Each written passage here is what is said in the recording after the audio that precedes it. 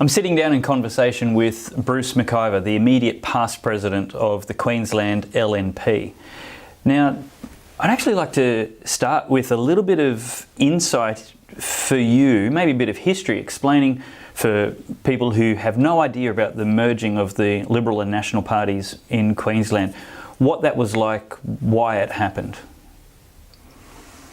I think everyone knows why it happened, because... assume they don't. Assume they don't. I was president of the National Party at the time. I'd only joined a political party in 2005, which was the National Party. I was asked to join and see if I could help. And I said I would, and did. And 12 months later I was president. Wow. The reason for the two parties getting together was that over many, many years, decades actually, the two parties, the Liberal Party had been much stronger federally in Queensland, and the National Party had been much stronger state-wise in Queensland. And consequently there was a lot of battles backwards and forwards. And I think people had just got to a stage where they wanted to end those sorts of battles and try and take on the real opposition to our political parties, which was the Labor Party and the Greens, and do a joint effort rather than waste time debating and arguing between each other. Mm-hmm. So that's the reason it happened. And what was that process like for you? Was that very tumultuous? It was fascinating. I had to learn first from what the other people had tried in the past, and there'd been a number of tries. So you had to put some pressure into the system. Gary Spence became president of the Liberal Party, and Gary and I worked very closely together as two presidents to get underway both our membership support, or not so much support, but seek the membership's guidance. I've always been one, I've run transport associations for Australia and Queensland, and I believe that the membership of any organisation should run it, not the president, or not top down, should be bottom up.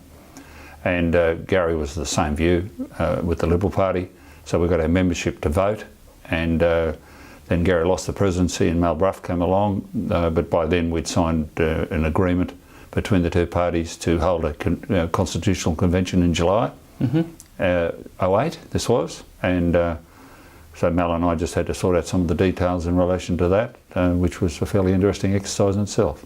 Okay. And Mal was... Then we had the constitutional convention, which two parties, National Party in one room, Liberal Party in another room. They voted, and then we pulled down the wall between the two, and had the first AGM. Wow. So both literal and metaphorical, that wall dividing. That was the symbols. Yeah, symbols are very, very important in politics. In very life, clever. In life. Was that your idea? I won't say whose idea it is. Very good. Okay, so since then the LNP's been on a long journey, and I was a past member of the LNP, and I felt somewhat frustrated with my ability to affect any kind of change after being a successful campaign director in an unwinnable seat. And I thought my efforts were best directed elsewhere. Now, I don't think people who stay are wrong. I think we can both be right and have different strategies and be effective. But for those people who do want to stay in the coalition, whether it's the LNP, the Liberal Party, or the National Party anywhere in Australia, how would you suggest argue why they should stay if they're thinking about leaving, and then if they stay, to try and effect a positive change for genuine conservatism and those Judeo-Christian values that we both champion? How would they go about influencing a party which seems to be moving further away from those? Well, I don't agree it's moving further away from those. I think we're seeing some egos come involved outside the party, and they are affecting some of the debate that's happening. There's no doubt about that. Internally, even last weekend, we had an LNP convention where a motion was passed just about unanimously for a postal plebiscite for gay marriage. Because if we can't get the other through, at least the people in Australia can have a say.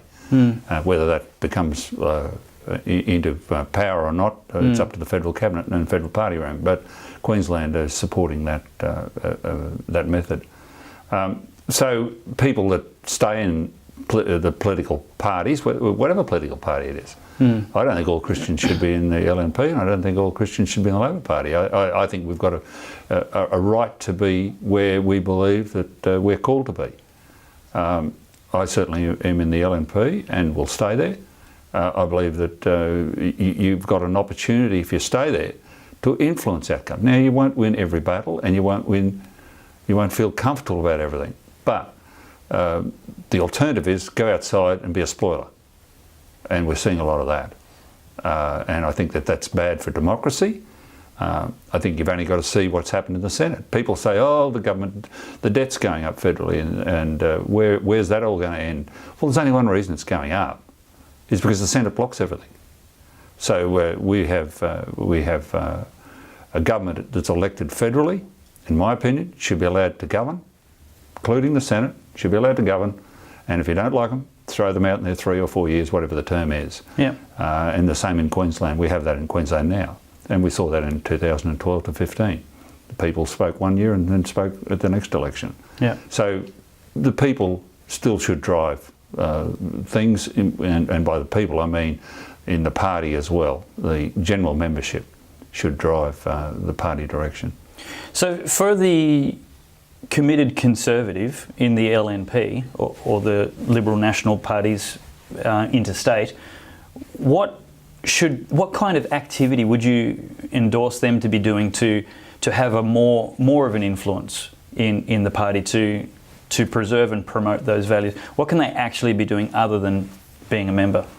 Well, I don't like putting labels on people. I believe it's more your principles and what you stand for, rather than putting a label. I would be, in your term, conservative for some issues, and I would be different on other issues. Because I believe that my values that drive me are different than the values probably that drive you, and in some ways. In some ways we're very similar. So I wouldn't put a label on anyone. It's more fun when we disagree.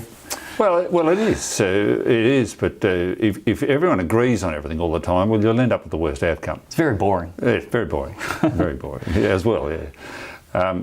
As far as what a person could do that wanted to get involved with politics, well, if you get involved in the LNP, the way we've structured the Constitution is that every member gets a vote after 12 months. They've got to be a member for 12 months, so they've got to show some stickability.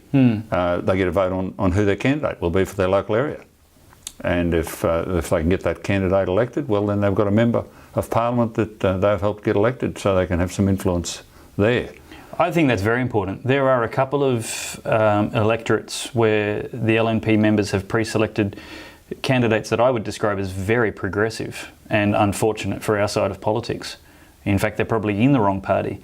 Very big supporters of homosexual marriage and big government, big taxation, and abortion. Just I don't know how they got pre-selected, and especially on social values, there have been times where I couldn't tell the difference between them and the Labor candidate when asked the same questions. So for an LNP member to have a say in the pre-selection increases our chances of having a much better candidate come election time. So what happens when that happens? People resign from the party and leave. Wrong thing. Wrong. They should get all their mates to get involved. If they believe, and same with the reverse, if someone is for gay marriage and doesn't get elected, they've got the right to do the same thing. That's what democracy is. And we have a democratic, I'd rather have what we have than a socialist society. Sometimes people get elected with different values than I've got, but they are still LNP members, and I'll respect that because that's my values. I have some fairly strong social ideas. I believe that people should be looked after when they fall in hard times, but also I believe that people should look after themselves. Have you got any ideas that you think aren't typically conservative or would be perceived with that label? I don't know really what that label stands for. I think it's overused. So rather than make quite frequently. Rather than make a comment on what it is or what it isn't, I don't know. I think it's misused. See what happens in political parties is people get clusters. They get friendly. They get mates. They want. That's human nature. Yeah, that happens in churches. And then all of a sudden a brand, a tag's put on it. Well, to me, it means nothing. Yeah. Sure. Well, in the next episode, let's explore some economic theories. You're a very successful and celebrated board director and company director, and I'm not. So maybe you can educate me and a few of the viewers on the economics of both business and government. Okay. Thanks for watching. If you really enjoyed that video, please give it a thumbs up and subscribe to my channel. Have a look at this great video next and check out the website for even more interesting articles and episodes later.